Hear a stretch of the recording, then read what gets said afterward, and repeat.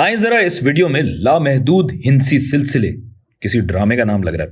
बहरहाल लामहदूद हिंसी सिलसिले यानी इन्फिनिट जियोमेट्रिक सीरीज से दो दो हाथ कर लेते हैं। यहां देखिए कि पहली टर्म है 8, जबकि हर अगली टर्म 1/3 से जरब दी जा रही है।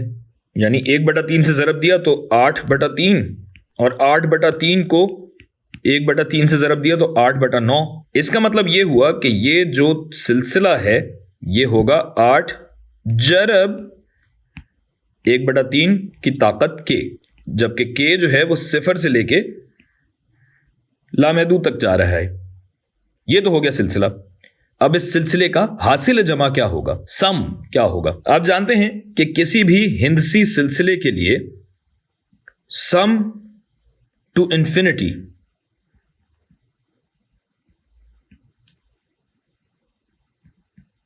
यानी 0 से लेकर लामहदूद तक अगर आप जाते हैं तो इसका फार्मूला होता है a/1 - r, बशर्ते के सिलसिला मुर्तकिज़ हो यानी कन्वर्ज हो रहा हो। और कन्वर्ज होने की शर्त क्या है कि ये जो r है इसका हजम मैग्नीट्यूड 1 से कम होना चाहिए। और यहां चूंकि ऐसा ही है कि a × r की ताकत के, r जो है वो 1/3 है जो कि यकीनन